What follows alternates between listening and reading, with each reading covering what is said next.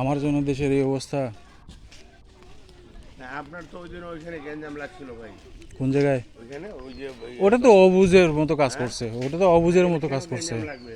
এখন যদি কেউ না বুঝে চিল্লাহাল্লা করে, হ্যাঁ এখানকার তো লোকই দেখেন যে একটু আমি যদি একজনের সঙ্গে দাঁড়ায় কথা বলি, হ্যাঁ তাহলে তো 4-5 জন ঘেরাও হয়ে যায়। হ্যাঁ, না তা তো তো হবেই। বোঝানোর সুযোগটা তো দিতে হবে। আপনার সমস্যাটা আপনি বলেন, আমি বোঝানোর চেষ্টা করতেছি যে আসলে ঘটনাটা কি ঘটছে।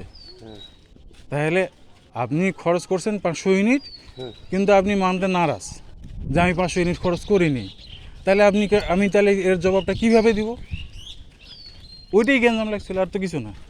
আর এইগুলা বিষয় নিয়ে তো গ্যাঞ্জাম তো হয়। এইগুলা হ্যাঁ। মূল বিষয় হলো আপনার বিলের কাগজ নেন, মিটার দেখেন, মিটার আপনার বাড়িতে আছে, মিলেন। আপনি পড়তে না পারেন, আমরা আমরা কিভাবে দেখবো বুঝেন? আপনি পড়তে না পারেন। তো ওখানে তো মনে করেন যে চলতেই আছে।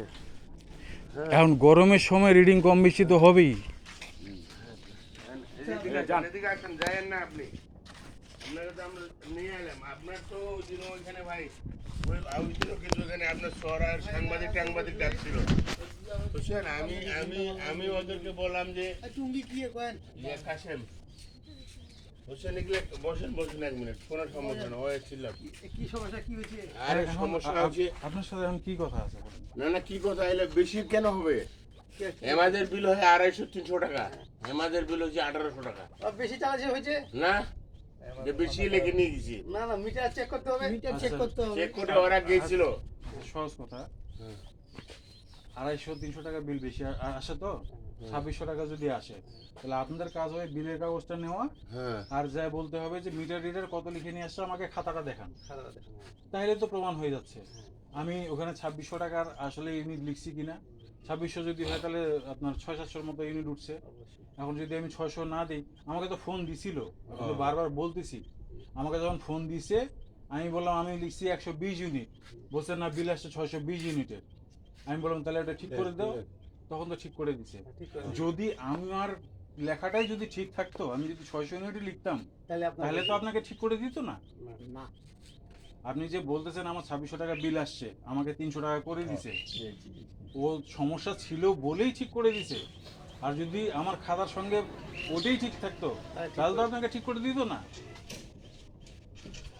এই সহজ বিষয়গুলো আপনাদের 2-4 টাকা তো আমার পকেটে ঢুকে না। না ঠিক আছে, আমি এগুলো কি আমার পকেটে ঢুকে? এটা ওদের কম্পিউটারে কখনো কখনো ভুল হয়ে যায়, হবেই। ওইখানেই মানে এরা লেখি লিখে ঠিকই ভুলটা উঠেই যায়।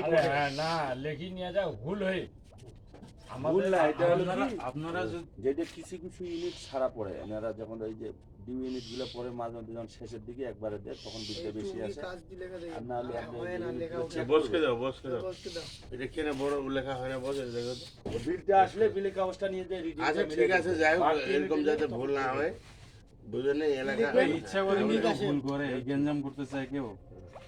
যাই হোক বড় নেন, যান, আল্লাহ ভরসা। কই ভাই একটু আগে যাও তো। না না থাক, আপনি কোথায় আছো তুমি? হাঁটতেছি থাক। যান দাঁড়া, যান কই যাবা? বলেছিলাম কি কোন দিকে যাবেন আপনি? মালদা পড়তে, রামনগর দিকে যাবেন? আমাদের যাবে না লালবাতি?